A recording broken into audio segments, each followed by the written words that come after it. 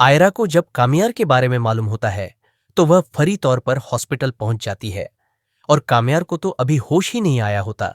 तो आयरा बहुत ही ज्यादा परेशान दिखाई दे रही होती है और वह रो भी रही होती है, क्योंकि आयरा को यह बात अच्छे तरीके से मालूम है कि आज कामयार जिस हालत में भी है, उसकी वजह कोई और नहीं बल्कि आयरा ही है। और वहीं दूसरी तरफ कामयार को जैसे ही होश आएगा, सब लोगों की जान में जान आ जाएगी। और आयरा को जैसे ही यह खबर मालूम होती है, उसे थोड़ी सी तसल्ली होती है। और कामयार को जैसे ही होश आ जाता है और आयरा उससे मिलने के लिए जाती है, तो कामयार बहुत ही ज्यादा बुरी हालत में होता है। कामयार को यूं इस हालत में देखकर आयरा बहुत ही ज्यादा परेशान हो जाती है।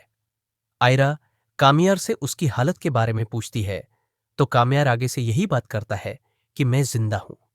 तो आयरा कामियार की बात सुनने के बाद थोड़ा सा परेशान भी हो जाएगी और कामियार आयरा से यही बात करेगा कि मैंने तुमसे यही कहा था कि मैं तुमसे नफरत करता हूं और मैं तो तुम्हारी शक्ल भी नहीं देखना चाहता।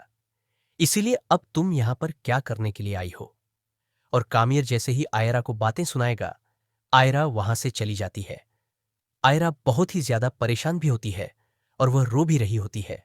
और जैसे ही वह रोते हुए अपने घर पर पहुंच जाती है और आयरा के माँ बाप उसका इंतजार कर रहे होते हैं, तो इरफान साहब को तो यह बात मालूम हो चुकी होती है कि कामयार के साथ क्या हुआ है। और वह जैसे ही आयरा को रोता हुआ देखते हैं, तो उन्हें यह बात भी समझ आ जाती है कि आयरा कहाँ से घर वापस आ रही है। तो वह आयरा से यही बात करेंगे कि जिस रास्ते पर चलना इतना ज्यादा मुश्किल हो रहा हो, तुम्हें वह रास्ता बदल ही लेना चाहिए। तुम्हें यह बात मालूम है कि कामयार अब वह पहले जैसा कामयार नहीं रहा, और उसने मुझसे दो टोक अल्फाज में यही बात की है कि वह तुम्हारी शक्ल भी नहीं देखना चाहता।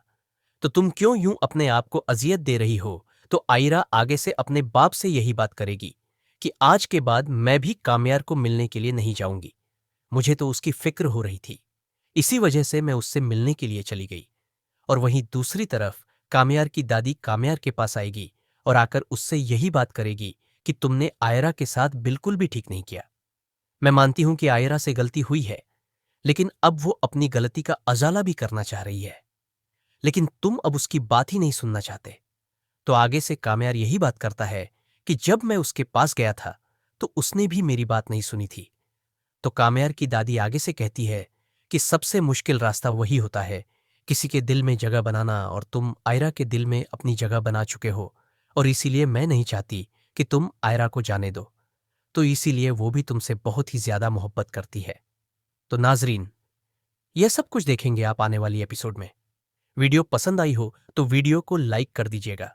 चैनल पर नए हैं, चैनल को सब्सक्राइब कर दीजिएगा। मिलते हैं इंशाल्लाह किसी नेक्स्ट वीडियो में। तब तक के लिए अपना और अपने प्यारों का भरपूर ख्याल रखिएगा। अल्लाह हाफिज।